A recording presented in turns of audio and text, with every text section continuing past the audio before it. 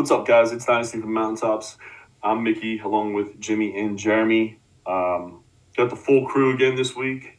We were all on time. So, Jim, what's going on today? I can't believe you're actually here on time. I know. I'm looking forward towards the NFL draft. I'm counting the days. I'm so excited. I think we're 2.5 weeks out, so I'm ready to go. Awesome, man. Yeah, this is one of my, like I say all the time, this is like my favorite month and a half, 2 months. NCAA basketball and then NFL draft. It's a lot of fun. Obviously, NFL season's fun too, but this is really fun because of all the different sports going on at one time. Jeremy, how you doing over there? Doing all right, man. Birthday's on Wednesday, so kind of looking forward to that kind of chillage. Woo, happy birthday. Yeah. I'll be celebrating your birthday with Pat McAfee. Oh, nice. Yeah, I didn't even know that was a thing until it's sold out. Yeah, it was. It's sold out. Get ready to applaud Aaron Rodgers choosing the Steelers in person. He'll probably come in and do a live bit. I've been saying that since the big night out. You have, and Aaron Rodgers was coming. I will give you credit on that. I didn't think we would get to April 9th. And he would still be undecided. That's the only reason why I blew that rumor off. But you've held firm to that, Mick. So hopefully it's true. I just want this over with at this point. They've also said it too many times. In my completely random, but I watch Pat McAfee almost every day while I'm working, and every single day they say something like, "Oh no, that's not going to happen. That's not." That means it's going to happen. So I'm just waiting for it. If it doesn't, I'll eat crow. But I definitely think it'll happen. Aaron Rodgers saying he's coming to the Steelers on Wednesday, so be ready for it. Just end it. Just please end it, please. One way or the other, right? The good thing is it doesn't mean anything for our draft. He's 42 years old. It's not like if we won the quarterback, we're not taking the quarterback anyway. So that's beside the point. We're here to talk about wide receivers today. It is a full show of wide receivers. Rookie wide receivers mainly, but we are going to also talk about a rookie from last year in Odunze, who I think probably has the biggest jump or the biggest question marks, I guess, from last year to this year because of not playing as much, not getting the ball as much last year. So it'll be an interesting conversation with Odunze as well for our halftime part there for the player profile. But we're going to get right into it. Most people's number one wide receiver we're going to talk about first, if you don't include the wide receiver defensive back, who we will talk about later in this segment. But Teddy McMillan from Arizona. Jeremy, let me have it. You're right. Yeah, he's coming in this year. He's coming out of his junior year out of the Arizona Wildcat system. He's coming out at 6'5" at 212, and his early NFL comps are George Pickens. So for George Pickens fans, that's a steady comp to have. Last year's 2024 stats, he had 84 receptions for 1,319 yards, averaging 15.7 a catch. And he had 8 touchdowns, including a 78-yard house call. So overall, very well-rounded stats here for him. I believe he deserves the hype that he's getting. Yeah, man. And you saying George Pickens, the other one that I see a lot is Drake London, both of which are ball catchers. They are ball getters. And that's what this guy is too. 6'4", huge go up and get it kind of player. I've said enough times how much I love Ted McMillan. He's my number 2 in this draft class, fantasy-wise. And that hasn't really changed at all. So there's only one way it changes, and we'll talk about that later. But everything about him is good, in my opinion. The only issue he's had, and the reason I think he's getting a little bit of dogged, he played for Arizona. So, who was throwing the ball, the team was horrible. He was really all they had. So that's really the only extra thing for me on this. I know, Jimmy, you had some trades that you found for Tet, at least his ADP here. So if you want to go ahead with that. Yeah, I just checked today, and they kind of have him at the 104, which, in a super flex draft, I think that's what's tricky about this year is where are these quarterbacks going to go? Are you going to draft the quarterback at the 1-2, 1-3, 1-4, or are you going to take some of these position players and see if any of these quarterbacks fall. So like I don't know, like I'm excited for rookie drafts every year, but it seems like this year I'm more excited than previous years because I think there's a lot more wild cards. Like last year we kind of had the top 7 or 8 guys locked in, right? But this year, if you need a quarterback, are you going to go or are you going to take a position? So they had Ted at the 104, so I'll be kind of, we'll see where he ends up going in most of these drafts. The interesting thing, sorry, Jim, and the Yeah. interesting thing from last year to this year is that they had like the 1 through 7 already kind of laid out, but it was already laid out. Like you kind of knew which position everyone was going into. Because all those guys were going to go in the first round. This year, like we're hearing Shador's going to fall. We're hearing Ward's not close to the previous class. Jackson Dart keeps getting pushed up. Apparently, he's going top 10 now. So it's just, I think I really need to see who's going in the first round to really solidify some of my rankings. But I've heard Ted to Dallas, and I'm not excited for that at all. That feels like a Jordan Addison situation again, where his ceiling will always be kind of capped. But fingers crossed that doesn't happen for Ted McMillan.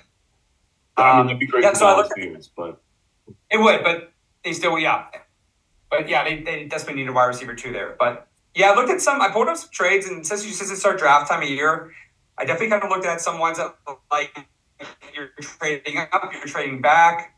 So like I said, we on this podcast we put names to players. So I look at this one where it's just 10 teams start 10. It's the 103, which probably should be a quarterback, or trade back into the 104 and get 2 seconds. So what are you guys thinking about that one?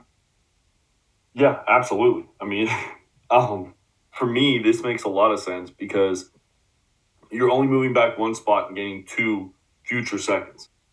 Unless you're really solidified with that 103 or you think that guy's going to be gone, which I wouldn't be worried about in this draft.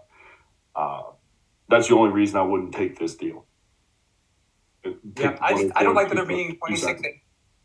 26 to 27. So that's where it's like, you're pushing it farther back. But I know this draft just feels like I want as many chances as I can get in that second round. So I would definitely be trying to get more second rounds this year than I would in the next couple drafts, just my opinion. I thought that was interesting. Jeremy, what do you think about this one? It was the 102, which probably would be a quarterback, and a 26 second for the 104 and the 205 this year. I think I'm taking the deal. I think I'm taking it for the 104 because if I'm going to be taking a quarterback at the 102, I think the quarterback is kind of a shotgun blast in regards to skill set until we figure out where they're going to land. For the sake of it, we just mentioned how Shador and Dart have been fluctuating up and down, and Cam's being compared to the last class, etc. So I think I'm going to be able to acquire a quarterback at 4. Not again going against what I do. I like to have the choice here, but I'm probably going to have one of the last choices of the top 3 quarterbacks at the 4. But then again, like to your point, having that second this year to only move back 2 spots, I think I'm pulling the trigger on that because I'm taking a quarterback at 2 or 4, and if I can't decide amongst them, then my decision will be made for me.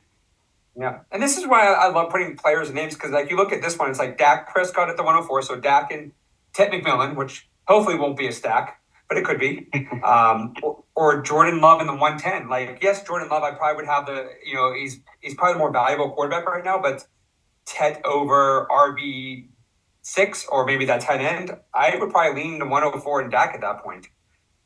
Yeah, I think if it is a stack, you absolutely smash Dak in the 104 in Ted, but.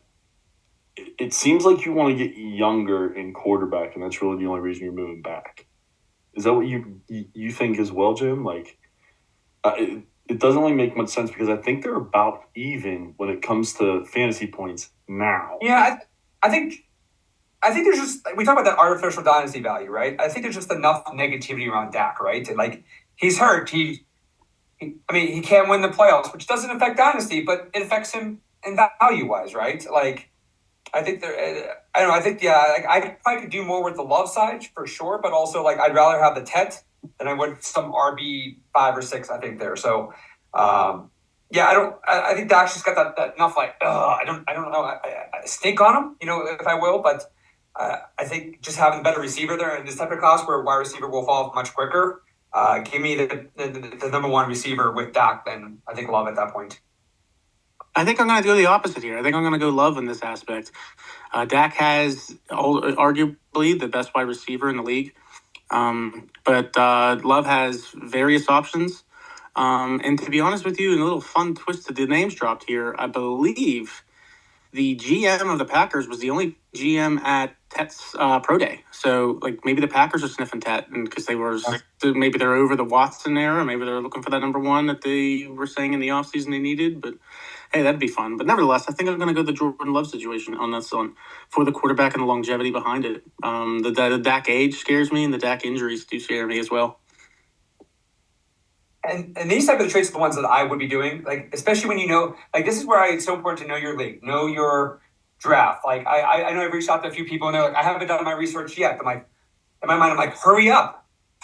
Because, like, you look at this one, it's the 104, which would be Pet, or JJ McCarthy, the 26 and 309. And, you know, that's a cheat, you know, like when this draft does not have a, you know, it's not very deep with quarterbacks, like, yeah, hey, I'll pay the 104 for JJ McCarthy all day.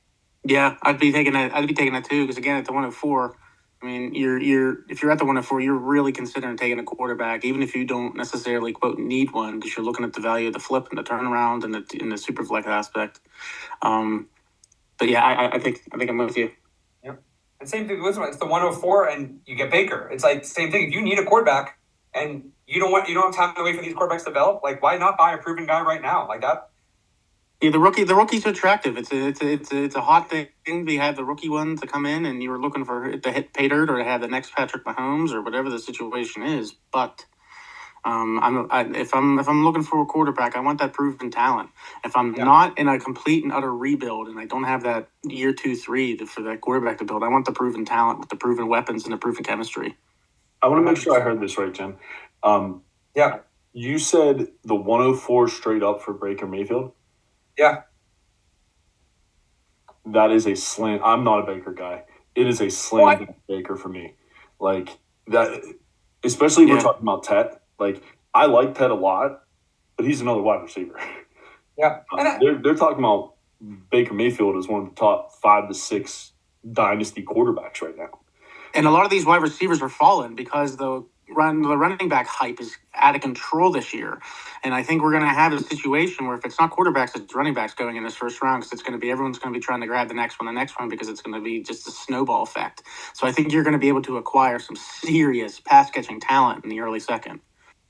Yeah, and this is knowing your league, knowing your team, knowing who you're trading with. Like, I think that's really important. Like, you know, I think of myself in the golf league where I have all the first for the next 3 years. And it's like, you know, don't come at me with a trade adding players to my team. I don't need players. I want more picks. Like, so it's really knowing, like, hey, I'm assuming the team that's getting Baker, they need a quarterback and they're ready to go versus, you know, if I'm trading Baker, I'm not going to be winning for the next 1 to 2 years. And it makes sense to get Baker off my team. So I think I look at that trade, and I think it's a big win-win for both sides. Yeah, I mean, if we're looking at the Tet side there, you are right. If you're rebuilding, what better than to have 21-year-old wide receiver 1? I mean, that's going to hold his value for be wide receiver 1. Like, why not? Yeah. Why not go for it? So moving on here, we have Luther Burden, Missouri. Junior. His comps this year are Deebo Samuel. So they're comparing him to Deebo Samuel to San Francisco, which would be really nice. He's 5'11", 208. 2024 stats read as 61 receptions for 676 yards, averaging 11.1 a catch. His longest was 44 yards, and he accrued 6 touchdowns. He is one of the few wide receivers that we're going to discuss today that actually is used a little bit in the rushing game as well. He had a total of 9 carries for 115 yards, averaging a 12.8 yards per carry and 2 touchdowns. So those numbers right there kind of help support his Deebo Samuel comp that I'm hearing throughout the league. Yeah, so for me, even though he's 6 foot, he does hit that 200 threshold, which is really important for one of the smaller receivers like that. And the 40 time, I was kind of shocked at this. I thought it'd be a little bit faster, but 4.41, which isn't too shabby, better than a lot of other people or a lot of other wide receivers in this draft. The biggest knock that I've seen, and the reason that people have been kind of knocking him since the beginning of the year, it seems like, is twofold. One, recently I've heard that he takes plays off. If he's not getting the ball, he's a diva. He's not really trying to go that hard. Maybe he should be the Pickens comp. Right, yeah. And that was the other thing. You said Deebo Samuel, which it is very true. He does catch a lot of stuff. 5 yards and 5 yards from the line of scrimmage and then before. And a lot of stuff behind the line of scrimmage. 55%, I think, is what they said. His catches behind the line of scrimmage or 5 yards out. But he also had no quarterback play last year. True. But this is, I believe, his career. Like, this is what he does. I think I read something last night. It was like 9.5 yards per target or something like that. So very short. Very short game, but he's maybe one of the best with the ball in his hands in this draft. The comps that I saw scare the crap out of me. Kadarius Toney, Roman Wilson, and Jahan Dotson. If that don't scare you, I don't know what does. So he's going to be hurt. Well, Kadarius Toney, yeah, and Roman Wilson, yeah, I guess so. But two of those were highly drafted wide receivers that did not pan out. I know Jahan Dotson scored a touchdown in the Super Bowl, but I mean, like, that's all he's done all year. He was the number 3 in Philly, and Washington couldn't wait to get rid of him. So that's the one thing that worries me. The two things that worry me is, can he run routes? Because they say that they really haven't seen much, especially when he wasn't getting the ball. And is he going to be that diva receiver that, Ackman, I know you can't stand? So those are the two questions that we really have for Luther Burden. I originally thought this guy could be the best player outside of Genty in this draft class. The more I read about him, the more I hear about kind of digging in a little bit deeper, I'm worried. He still has that potential. But now I get a little bit more worried because of the diva factor, the short yardage, if that makes sense. So, Jim, what do you think? No, I mean, I don't look at this year. I look at the previous year. He put up massive numbers. There's hyper on him for real. I think it's tough because when receivers come out, yes, you want the gaudy numbers, but also sometimes the offense is disappointing. The quarterback play is atrocious. So I think that's kind of what is going to happen with him. I think you're going to find great value there if you take him. I don't have his stats in front of me for 23, but they were, neighbors level. I think he had like 12 or 1,300 yards. Yeah. So I've heard he's a better route runner than Deebo, but you have that explosive type-esque play. So I'll be kind of curious where he goes. I think it's very team dependent. Do I trust that they're going to use him the right way, or he goes to the Steelers where they can't scheme anything? So I think it really depends on where he goes. Yeah, like I heard if he would go to the Texans and be Tank's replacement basically for the year, at least, that would be a really interesting spot because we already know that spot works for them.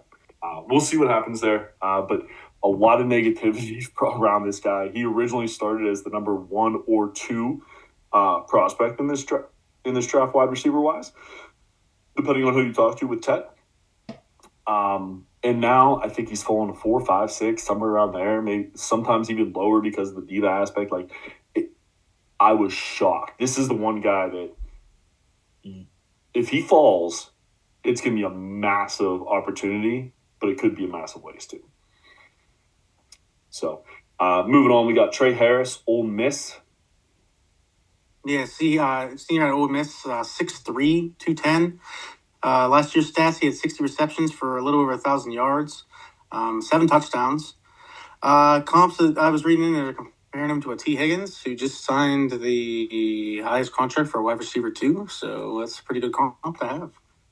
Yeah, so I mean, obviously, he had the best quarterback in the in college throwing him the ball. I'm just kidding, from last week.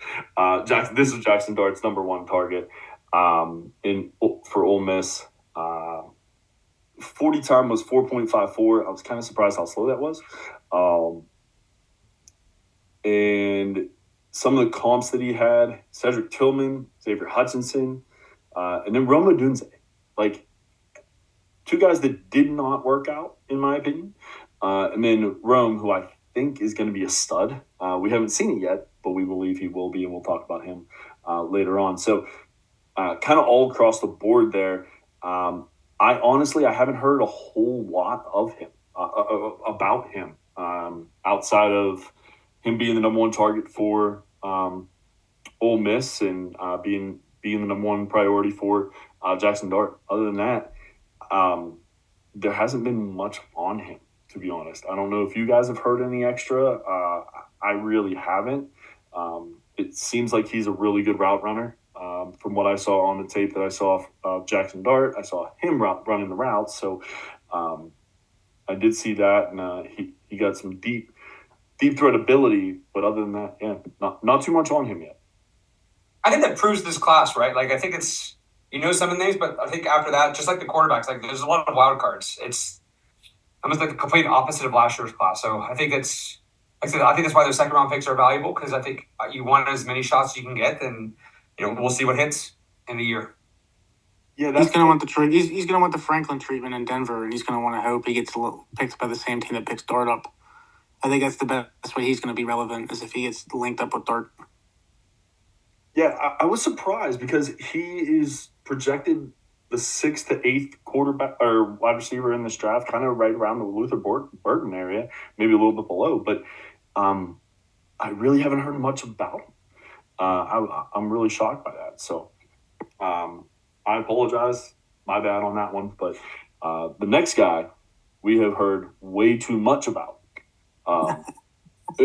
which he is the Heisman winner. He is from Colorado. Travis Hunter. Tell us about him. Yeah, man. What's to say that can't be said? Dude's a freak. He's 6'1", 185, but with the dual positionship, man, he's going to be a unique weapon here. I focused just on his receiving stats mostly. He had 96 receptions for 1,258 yards. So out of all the guys we're talking here, he definitely has the most receptions, and he's pretty high up there on the most yards. He's averaging 13.1 yards a catch. He had 15 total receiving touchdowns. Again, it's the highest out of all the wide receivers we're going to talk about. And just did want to make an honorable mention. Defensively, he had 4 picks, 1 forced fumble, and 34 tackles, including 24 of which were solo. So the dude's great. He's one of my favorite ones to see where he's going to end up landing and being a fantasy piece. So originally I was trying to stay away from this guy, being fantasy-wise. I love him as a player, however, and everyone loves him as a player. Everyone loves him as an athlete. Is he going to be a wide receiver? That's the biggest question mark, and why we haven't talked about him first rather than now fourth in this grouping. So the more and more I hear, the more and more I'm pushing him up my board. And I wish I didn't have to say this, but to you two, but it sounds like he's going to be wide receiver. All the money. Like, that's, receivers get paid more than defense backs. Like, why wouldn't you go out and be the best receiver and get paid? Yeah, but you have to listen to wherever the team needs you. The thing is that the Browns, the Giants, the Patriots, anyone in the top, they need a wide receiver, right? So why wouldn't you play without a doubt, the best wide receiver in this draft as wide receiver, and then bring him in for packages if you need to on defense? Which a lot of people were saying, I think defense and then bring in packages for offense. And I'm like, yeah, but then you kind of know he's getting the ball. I don't know how that really works too well. So, or just let him play two ways. That'd be awesome. I'd love to see that. Play straight up Dion. That'd be cool. So for Travis Hunter, the only thing that matters is really what they say on the NFL draft night when he gets picked between 2 and 4, more than likely. what his I don't. position is. I'll be honest. I don't think we're going to have clarity until training camp or end of training. No, he ain't coming out in the draft, in my opinion, saying what he's doing. He's going to come out and say his draft. He's going to do his thing. I'm just happy to be drafted. Blessed be God. We'll see what's in store for me, and then that's going to be it. I don't think we're going to get any answers on draft night, but I do think he goes to Cleveland, and I do think if he goes to Cleveland, I think that stands the most likelihood for him to play the most. I think they will utilize his dual threat abilities the most in Cleveland, and I think if he goes to more of a Vrabel in New England, he'll be more of a defensive player. But I don't buy him being one position. I think he'll be very, very active on both sides of the ball. So, Jeremy, I actually completely disagree with you. The defensive backs are the one thing the New England Patriots have. In Gonzalez, and I think they picked up somebody, and I can't think of who it is. All the more reason why he would be a fantastic fit for a dual position. You're not going to want him doing 100% of the snaps on both sides of the ball. If you have a position where you have the guys that can fill in the lead and you can do a rotation aspect, then you have yourselves a wicked backfield. It's nasty. But that's why you have the positions that help fill in the spots that he's not doing 100 or even 80% of the snaps defensively. He's doing maybe 60 on both sides of the ball. And then that way you have the pieces that fill him in accordingly. That's just my opinion. Yeah. Fantasy-wise, I think if he ends up as a Patriot, that is the goal.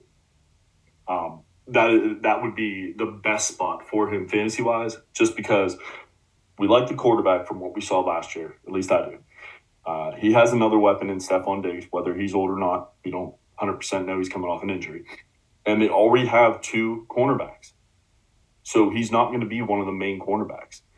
Or they don't need him to be. He might be better than both of them, but it doesn't matter.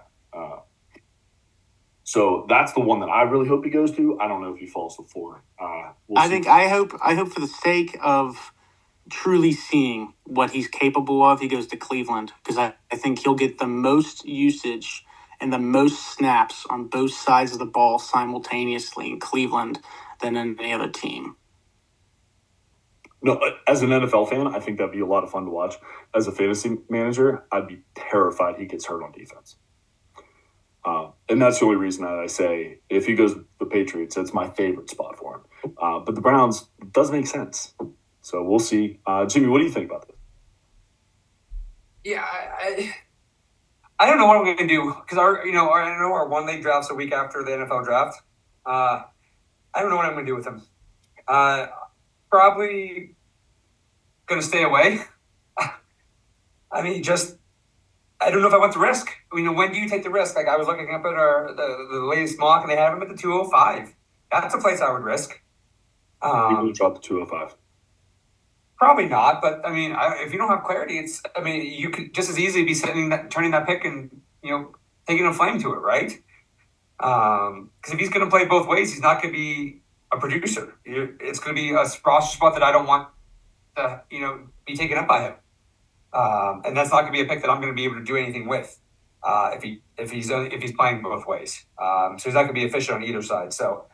I mean, I was curious. Some of these, like I don't know, like this one was interesting. The 205 or Najee Harris. So, would you rather have Hunter or Najee Harris? Hunter, just because of the sake of the position and the longevity of a running back. But I believe you, Jim. You just said something. I think I agree. Run back what you said in regards. The 205. I think I disagree with Mick on that one. I think I agree with you, Jim. I'm not wasting a pick in a league that is not a defensive unit or an IDP threat on Travis Hunter, where I don't know if he's going to go in the first round. So I don't think that 2.5. Let's just say focusing on the league that is drafting a week after the actual draft. I don't think that 2.5 is out of reach in regards to his landing spot, unless somebody reaches for him. Because again, to your point, a first-round pick on him without knowing his position of play is going to be crazy. And I mean, and that's like you're gambling, right? And I don't know, like for me, it's always what can I do next with it? Like, yes, I'm drafting that player, that stock, but I'm already thinking about okay, what can I do with it? And until there's clarity, he's just going to be on my roster, which is not a bad thing. Like sometimes you just ride and die, and that's fine. But I don't know. I feel like if I draft him, then my flexibility with that player is going to be very limited. So I think that's where I don't like to back myself in the corners. I like to give myself some outs, and I think that with him immediately, as soon as you draft him, it's going to be harder to do at that moment. But fingers crossed we have all that clarity on draft night because he's probably the best receiver in the class if he's and that's where you draft, right? I think with all these players, it's, you're going to find value every year. It's when do you find value? Like I know I'm at 1.5, 1.7, 1.9 in our golf league. I don't know. Makes at 111. I have the 201. 114. Like, does that feel good to me? Do I need to wait to the 207? Like, just with these quarterbacks, I'm out on some of these quarterbacks, but also they fall to me. How do I say no to a top 10 drafted quarterback? I can't because it's super flex. So sometimes it's like I might be out on the player, but also if you're going to give me value, I have to take the value. And that's how I play in general. No, that makes a lot of sense. I've just been hearing a lot of rumblings that originally he started as the defensive player who was going to play a little bit of offense. It's starting to flip from all the people who have been hearing things. Like at his pro day, I think it was yesterday or last week or whatever it was, he ran routes. He did not do anything defensive backs. Well, yeah. So that was another hint. Like, I just think he wants to be the wide receiver. So, everything I'm seeing, I'm slowly moving him up, especially with learning more about the rest of the class in wide receivers. I'm like, yeah, you know what? I will take a shot on this guy because there's like 3 good ones in this class, and then a lot of mediocre wide receiver 3s, things like that. So on teams, I mean, not wide receiver 3 in fantasy. So I just think as Steeler fans, we're going to see a lot of Travis Hunter, man. I think he goes to Cleveland. I really do. Well, we shall see. Hopefully that is not the case, being a Steeler fan. But moving on, we have 2 guys we're going to talk about. You just made me really sad. I'm just saying we're going to see a lot of them, man. I'm just telling you. I feel confident about that pick. Yeah. The other option is Abdul Carter, which isn't any better. So anyway, touche. Yeah, touche. Jaden Higgins and Jalen Knoll, both Iowa State. We're going to tag team these 2 here. If you want to go ahead, Ackman. Yeah, they're pretty even stats. Higgins is 87 receptions to Noel's 80. Higgins at 1183 in yards to 1194. Higgins at 13.6 a catch to 14.9 for Jalen Noel's. 9 touchdowns for Higgins to 8 Noel. So like combining the 2 was smart. I mean, they're very similar in regards to the statistical aspects. Higgins is at 6'4" versus Noel's at 5'11", but overall, like statistically, they are almost the exact same player. I do know Noel does carry a little bit of a rushing upside, not much. He did have 9 rushes for about 40 yards, so he is used a tad bit out of the back. But between the 2 of them, statistically, they're pretty identical. Yeah, so for Jaden Higgins, I'll talk about him real quick, at least combine-wise, because there's a few numbers here. If I can find them. The 44 ran a 4.47, 39-inch vert, which is pretty nice. 88 percentile there. 16 reps on the bench, which wasn't bad. And from all the scouting that I've seen, he does pretty much everything well except block, which, okay, take him out on the running back, on the run plays. Or make him a decoy wide receiver, or make him a decoy deep threat, something like that. So I like both of these guys. The 3 comps that I see for Higgins was Andre Yosevas, Rome Odunze, and Xavier Hutchinson. So it sounds like slot is what I hear when I see those 3 names. So we'll see there what happens in the NFL for him there.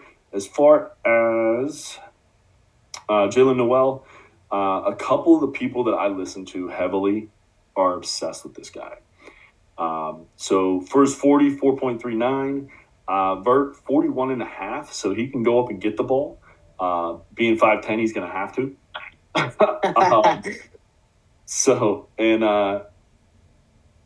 Again, the only thing that he really didn't have was blocking. Is a little bit lesser of hands in traffic, things like that. So the comps that I see here are Roman Wilson, Sky Moore, and Marvin Mims. So, oh no, I'm out.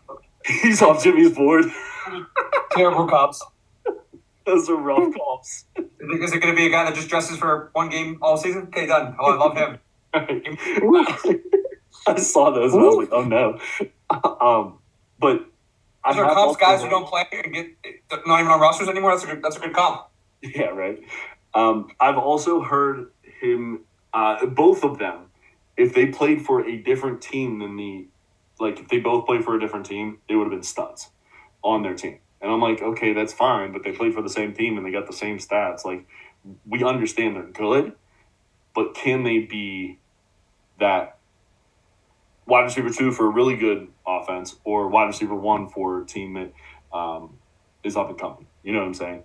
And I don't know if they can do it on their own. So we'll see if they can coming up here soon. So, Jim, you have anything to add? After the first couple, like I said, they're just wild cards, right? It's just they're all going to have things. It's just, I think for me, it's just where these guys going to fall. I know I keep saying that, but I think it's really important because we can do this all day, but the NFL teams are going to tell us how they view these guys, how they value them, and that's where we decide from there how we navigate these waters and drafts.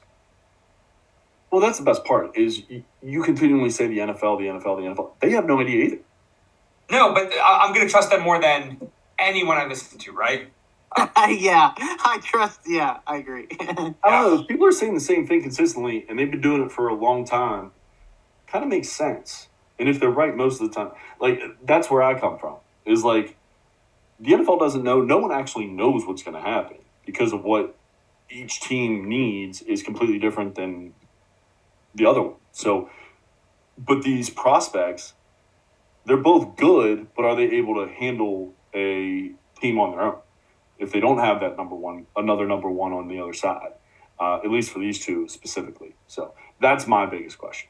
So, and then the last one we're going to talk about here is Xavier Restrepo from Miami. Yeah, senior out of Miami, 5'10", 198. Last year he had 69 receptions for 1,127 yards, 16.3 yards per catch average, and he came in with 11 touchdowns. And this was Cam Ward's boy. Yeah, so last week I said how Arroyo was not the number one target, and that's because of Restrepo. This is the one guy that I'm very surprised he's this low, because I like him. He also broke the record for, I believe it's yards. Granted, he's been playing there since I can remember, but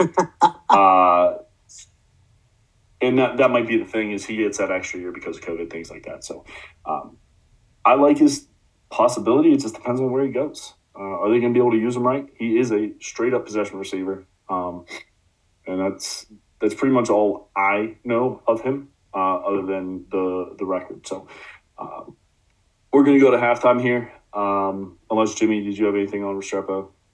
Nope, I'm good. All right, cool. So we're going to talk about Rome Odunze real quick. Second year, obviously from the Chicago Bears. I had two questions, and either one of you could take whichever one you want. Does he take a big step this year? And if so, how big? So, Jim, we'll let you start since you haven't talked enough. I don't think he will. I think he'll take a jump. But, I don't know. It's tough because I'm looking at Ben Johnson's offense, and he had one, great guy in Amon, and, was it Williams? What was his name?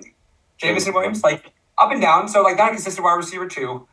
And that's what Rome is, right? He's the wide receiver, to DJ Moore. So I wonder how much his ceiling is going to be capped because of it. I'm expecting a more efficient offense. But also, if they draft Genty at, was it 6, 9, 10? If they take a running back, then that's probably where they're going to, have that vocal point. If they're going to be turning into more of a running team, which they were in Detroit, which further hurt his upside. So, yeah, I see him as a wide receiver 2 on that team, and I think that ceiling is going to be lowered because of it. And then, Jeremy, the new offense, Are you excited to see this for him? Do you think this bumps his stock, lowers it? I think it really all depends on where he goes. I think, and I don't think he goes slot. I think St. Brown was essential in a slot role with under Ben Johnson. But I agree. I'm going to play off Jim. I think Ben Johnson's focal point is going to be the running game. I don't think he gets GNT. I am hoping he does. I think that would be a fun fit. But I really do like all the comps or all the mocks saying that the Raiders are taking him at 6. But nevertheless, I think they get Henderson or they get Hampton in one of these running backs in one of these deals here, and they kind of go running back heavy. I think Odunze benefits from Keenan Allen's departure. I think he fits in the wide receiver two role, but he was a downfield guy last year. I think he was exclusively downfield in a lot of his plays.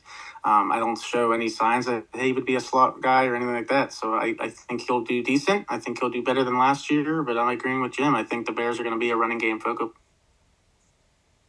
I think he's someone that, like, you look back in 10 years ago, man, good talent, just terrible situation. Like, I would have loved to see Jordan Addison not with Justin Jefferson, right?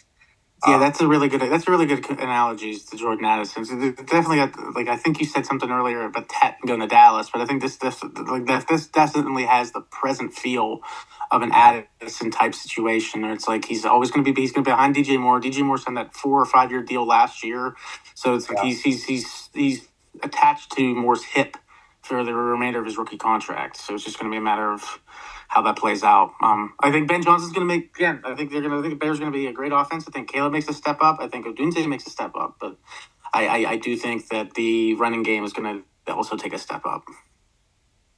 And you don't think there's any way that this kind of becomes the Jefferson Thielen deal where he kind of flips into the number one? I'm hoping. I mean, my 2 stocks I have on him.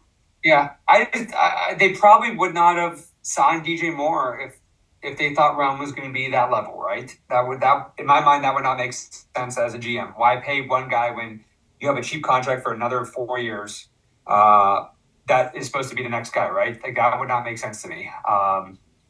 So yeah, I don't know. I follow the money, and if you're going to pay one, you're not going to pay 2 usually. So someone's going to get cut somewhere. So it's either going to be Rome or it's going to be DJ Moore. And I don't know, when I'm looking at assets, that's why Jeremy and I made the deal, because I saw this is what I saw, right? Like, I love the prospect. I drafted him in another league as well too. Actually, I had him in all 3 leagues. I love the prospect, but the situation is what really, affects these guys' ceilings. That's what I'm always looking at.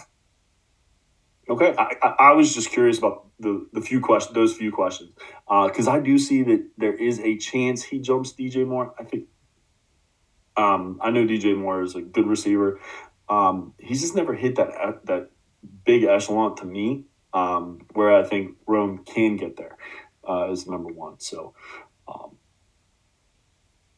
yeah. Anything else on Rome for you, Akron? No, man, I'm good. I don't want to downplay it. I'm not low on him. I'm not like shipping the stocks. I think everyone's going to upgrade and everything like that. I think the whole offense in general is going to upgrade. I just don't see him shooting to the moon and being the next on St. Brown, at least not this year. I would be selling him if he starts off strong. Starting off the second half here, we have Jeremy's favorite, Emeka Egbuka, Ohio State champion. Yeah, man, natty champ. Not that I'm happy about that because I don't the biggest Ohio State fan, but nevertheless, happy for him. 6'1", 205, 81 receptions for a little over 1,000 yards, 12.5 per catch. He had 10 touchdowns this year. He also carried the ball 8 times for 30-some yards. He averaged about 4.1 yards per carry. I think this guy is a PPR machine. I am looking forward to obtaining any type of stock I can in him. I think he is more comparable to Amon-Ra St. Brown than Odunze is to play off for a halftime. But other than that, I'm listening. I'm curious what you guys have to say. No, I 100% agree with you. I think this is the safest pick in a fantasy draft. Outside of Genty, of course, because I don't see a way that he doesn't succeed, especially as the possession receiver that he is. He is obviously not a diva because he has played with the wide receivers in Ohio State. and he was Marvin Harrison Jr. is number 2. Expected to be the number 1 this year, and then Ohio State went out and grabbed the phenom that is Jeremiah Smith. So he ended up being the number 2 for a freshman, a true freshman coming in. So obviously there's not a big ego there, which I know, Jeremy, that's one of the things you love about this guy, I'm sure. Yes. Knowing how you talk about Pickens. So the complete opposite of that is what I'm hearing from Igbuka. Sign me up. I heard last year if he came out, he would have been around the same area as Brian Thomas Jr. and them getting drafted, but he had the extra eligibility, wanted to come back, win a national championship, and that's what he did. So I absolutely love this dude. Originally, before I found out we didn't have a quarterback for the Steelers, this is who I wanted.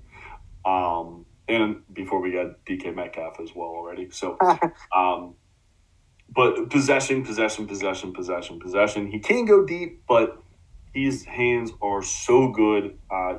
He reminds me, I don't know about his blocking, but he reminds me a lot about, like, I'm a Steeler fan, Hines Ward, where he just caught everything intermediate all the time. 2-3 years ago, pre-back injury, Michael Pittman was getting like 15 catches a game. You knew he was going to get 15 catches a game every game. And it's like, that's what this is going to be like. This is going to be a guy who's going to get you 80, 90 yards a game, 12 to 14 receptions. He's just going to eat ball hog. But the only thing I worry about is that I don't know if he's a number 1. But does it matter? Like, where is the high-value fantasy points coming from? The slot. Yep. If he's going to get 100, 110, 120 targets a year, I mean, he'll be wide receiver 12 easily. Top 10, wide receiver 1. It doesn't matter if he's on, the best receiver on his team, but he's someone that's going to soak up catches, and that's all you want. No, absolutely. And we were talking about Tech maybe going to the Dallas Cowboys. If the Cowboys trade back, this would be the perfect person for them, in my opinion. So we were just talking about the Cowboys earlier, so I kind of placed him there. So, Jimmy, I know you had some trades here for Igbuka, so if you want to go ahead with those. Yeah, as the 108, Igbuka or James Cook and Ray Davis. Like, I can see that easily being maybe a win-win. Like, if you need you have extra running backs. Yep.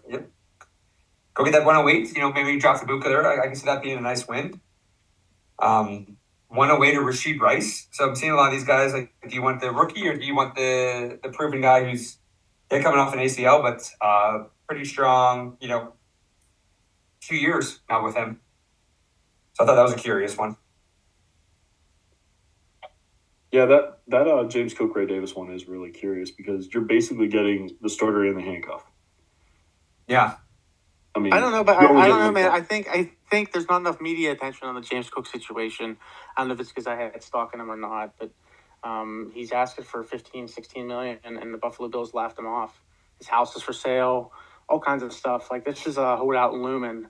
So just, like I said, I don't know if there's enough media attention on it or what, but this just reeks of a holdout for James Cook, and I don't know if I want that 3, 4, 5 weeks into the season. Yeah, I mean, or again, we're speaking a little bit more NFL this time, but or you trade James Cook at the draft and draft your new running back with the massive amount of running backs. It's possible. Yeah, I just wanted to play onto you having the starter in the handcuff because you could have the starter and Ray Davis and no handcuff because he's holding out. So I just wanted to put down. There's not that much attention to that James Cook story, so. Just thinking of that particular trade, I'm taking my guy. And also, what I thought was interesting was Pacheco and the 301 for the 108. So depending on where how you feel about Pacheco.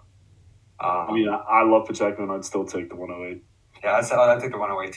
I think the only one that I would take. Yeah, I think the only one that I would take would be that Ray Rice. Would be that Rashid Rice one you were mentioning. Yeah, that one has potential. Yeah, give me Rashid Rice over the 108. Yes.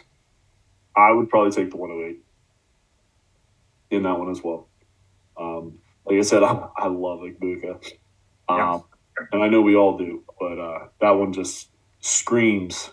Rashee Rice, I don't know if I don't know how good he truly is.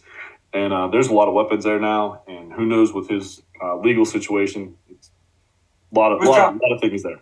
So I think Rice had 2 solid years. I trust him more. All right, next up we have Matthew Golden, Texas, and Isaiah Bond, Texas. Since they're the same from the same school, we're going to tag team on these two. So if you want to go ahead and give us, that's fine. Yeah, we can go right ahead. We'll do it again. Golden definitely had a little bit better reception stats just because that's how their scheme was in Texas. He had 58 receptions for 987 yards. Bond came in at 34 receptions for 540, but Bond also came in and had four rushing plays at equivalent 98 yards total with a touchdown. So he was used a little bit more in the backfield as well. Kind of reminded me of like a Jalen Reed type usage, Terry McLaurin type usage for him. But nevertheless, both of them were great pieces to help Ewers. Yeah. So from what I understood, Bond was supposed to be the filler for Xavier Worthy, and he talked a big game for the combine. Still ran well, but not anywhere near. He said that he was going to break Xavier Worthy's 40 time, and then came over tenth of a second slower. So he got knocked pretty hard for that. 4.39. He ran even faster at his pro day. However, it is a pro day, so I don't 100% pay attention to that. I think he was around the 4.3s. A lot of comps for Roman Wilson, which is crazy because we have yet to see him on the field. That's a lot. So another guy who's some similarity is Roman Wilson, Marvin Mims, Charlie Jones, who I'm not sure who that is. I don't know if he's an older player or not, but he's on the Bengals. Okay, so he is like a fourth or fifth receiver on the Bengals. So nice. Yeah, that's interesting to me though because I feel like Isaiah Bond was getting a lot of hype after the combine. It's kind of slowed down again, and depending on who you talk to, they say that the quarterback either helped him or hurt him.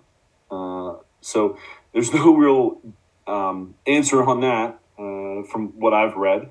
I know I believe that the quarterback helped him, but that's just me. As far as Matthew Golden, a lot of people are projecting him to be the number 2 wide receiver taking out Hunter, and possibly top 15, top 20 draft stock. So this could be an interesting pick here. His comps are Jalen Hyatt, Latin McConkey, and John Mechie, who I absolutely loved coming out from Alabama. So interesting comps. I like both these guys. I think Matthew Golden's rise has gone a little overboard. That people are saying that he might be the best receiver out of this draft and the first one drafted out of the wide receivers, again excluding Hunter. And I have heard that from multiple places, which I think that's a little extreme. As far as fantasy-wise, I think they're both going to be okay. I think Matthew Golden does have a better option, is the better option for fantasy. One of those few wide receivers that I actually will try to get in my drafts. Jim, anything for you? No, yeah. Golden has hype, and that's who I follow this time of year. Who's liked. So he's definitely someone that I've been tracking in my drafts for sure. Yeah, perfect. Next up, we have Alec Ayomaina. I think I said that right. Yeah, I believe you did. He's our youngest. He's a sophomore coming out of Stanford. He's 6'2", 210. He's coming in with comps I'm reading of Michael Thomas, so that's not a bad one. Hopefully it's the healthy one. He has 63 receptions for 831 yards, averaging about 13.2 yards a catch, and he had 6 touchdowns. All right, so the biggest thing about Ayomaina, and I think the reason that he's as high as he is no one took advantage of Hunter Travis Hunter as a defensive back, except for Alec Avery. He had one of the best games he had his best game against Travis Hunter. And that's really what put him on the block, or moved him up the board, I should say. 440. Try to say that fast. And a vert of 38.5. Looks like he's projected to be an X receiver, outside X. So he can go out and get it. Other than the Hunter hype, I guess, because he did. He had a great game against Travis Hunter. I don't see much, and if that hype wears off, especially for you, Jimmy, that artificial value is going to just be destroyed if he comes out and kind of lays a dud early on a big wide or a big defensive back. So, again, another guy who is going to be a wide receiver 2, 3, or worse on his own team. Just depending on what team he goes to. So I don't see any one potential, or really even two, unless it's a really bad team. So anything to add? Yeah. I think you look at those guys, second, third round picks. Those are guys I want to take flyers on. It's going to be interesting this year. Do you just keep taking flyers on running backs because they seem like there's so many of them, or do you take some flyers on these guys that have probably a little more upside, but we'll see their pathway to targets, which is always kind of what I'm looking at. Yeah, and that's the one thing. He might not be much of a possession receiver. He's more of like a go get it kind of player. So don't know how many targets he'll have per game as well. So moving on, Jalen Royals, Utah State. All right, here I got him up. He's at 6 foot, 205, 55 receptions for 834 yards. He was averaging 15.2 yards a catch, and he came in with 6 touchdowns last year. Vic, but I had read he is a comp of Godwin. I like your comps a lot better than mine. Okay, well, there you go. I have Chris Godwin as a comp for him. That's much nicer comp than the 3 that I got. Malachi Corley, Jalen Polk, Ladd McConkey. Other than Ladd McConkey, ouch. And obviously Godwin's a good one too. It sounds like a slot. He'll be playing the slot mainly. Again, always depending. But here it says outside X, so I don't know why those are comps for him. So interesting.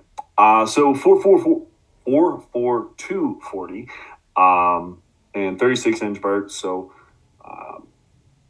only 6 foot.